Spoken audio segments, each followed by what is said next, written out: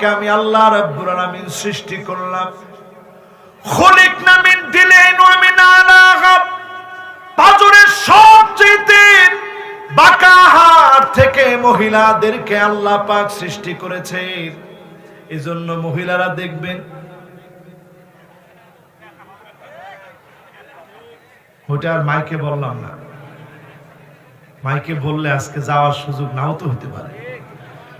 খুলিকনা মিন দিলাইন ওয়া মিন আলাহা, উপরের সবচেয়ে পাঁজরের সবচেয়ে বাঁকা হাড় যেটা, সেটা থেকে আল্লাহ রাব্বুল আলামিন আম্মা জান হাওয়া আলাইহিস সালাম, আমরা কই হাওয়া, হাওয়া না, আল্লাহ সৃষ্টি করছেন কোন জায়গা থেকে? খুলিকনা মিন দিলাইন ওয়া মিন আলাহা, সবচেয়ে উপরে বাঁকানো হাড় থেকে আল্লাহ রাব্বুল আলামিন বানাইছেন আম্মা জান হাওয়া আলাইহিস সালামকে। বানানোর পরে আল্লাহ রাব্বুল আলামিন জমিনের মধ্যে আল্লাহ রাব্বুল আলামিন বিচরণ করার সুযোগ আসবে, এজন্য আল্লাহ রাব্বুল আলামিন আম্মা জান হাওয়া আলাইহিস সালামের সঙ্গে আদম আলাইহিস সালাতু ওয়াস সালামের একটা সুসম্পর্ক দিয়ে দিলেন। এই সুসম্পর্কের নাম স্বামী আর স্ত্রীর সুসম্পর্ক। এই সুসম্পর্কের কারণে সারা দিন স্বামী কষ্ট করে, একটুখানি স্ত্রীর মুখে হাসি দেখতে চায়। আদম আলাইহিস সালাম ওইটা দেখতে চেয়েছে। জোরে কোন আল্লাহু আকবার।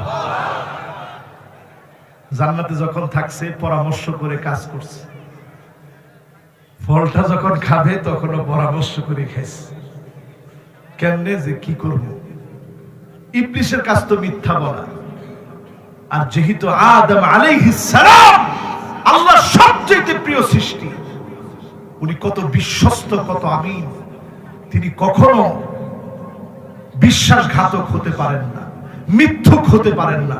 সমস্ত নবীরা ছিলেন মাসুম, সমস্ত নবীরা ছিলেন নিষ্পাপ। কোন নবী কখনো মিথ্যা বলতে পারে না। জোরে করে আল্লাহু আকবার। তিনি বিশ্বাস করলেন, বিশ্বাস করে তিনি ফলটা খেলেন।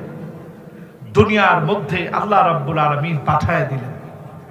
দুনিয়ার মধ্যে যখন চলে আসলেন, আদম আলাইহিস সালাতু ওয়াস সালাম কান্নাকাটি শুরু করলেন আল্লাহর কাছে।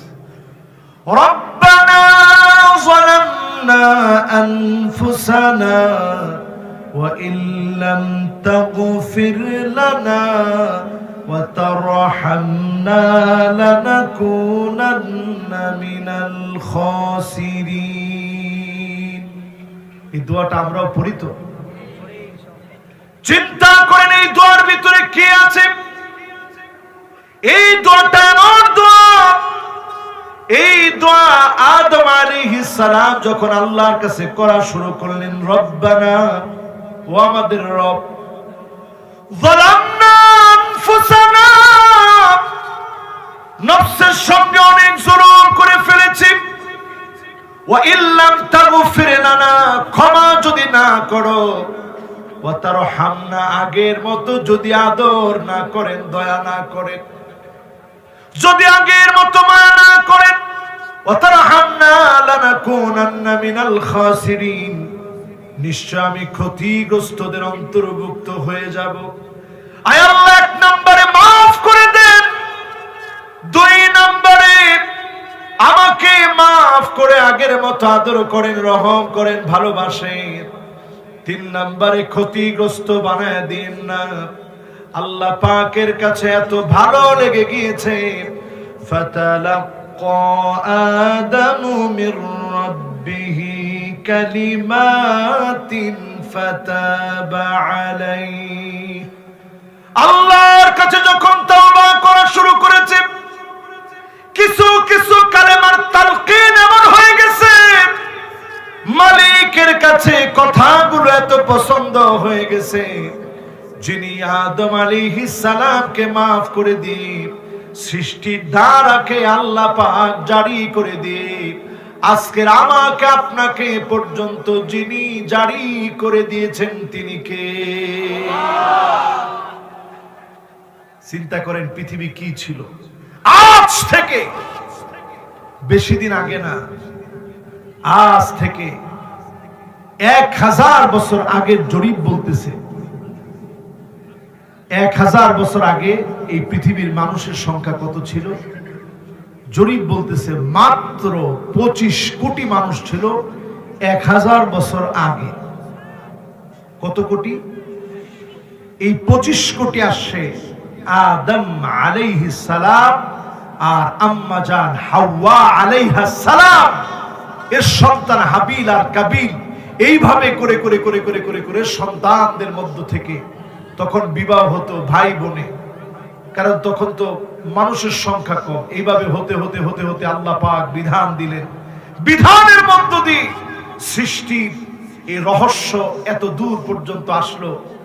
1000 বছর আগে এই পৃথিবীর জনসংখ্যা ছিল মাত্র 25 কোটি, আর আজকের 2023 বর্তমান 1000 বছর পরে পৃথিবীর জনসংখ্যা এখন 900 কোটির দিকে যাচ্ছে। কত কোটি? পৃথিবী আজ কোত্থেকে কোথায় চলে গেছে। এক সময়ের মানুষ যেটা কল্পনা করতে পারে না, সেই কল্পনার অতীত গন্তব্যে পৃথিবী আজ পৌঁছে গিয়েছে। মানুষের মধ্যে শয়তানের ওয়াসওয়াসার 3টা চাবি। ওই যে শয়তান আদম আলাইহিস সালামকে সেখান থেকে ধোঁকা দিয়েছিল, এরপর থেকেই শয়তান 3টা চাবি আমার আপনার জন্য ধার দিয়ে রাখছে। কয়টা? 3টা চাবি। দুনিয়াতে আসছে, সন্তান আদি যখন ছড়িয়ে পড়েছে, শয়তান 3টা চাবি খুব ভালোভাবে ধার দিচ্ছে।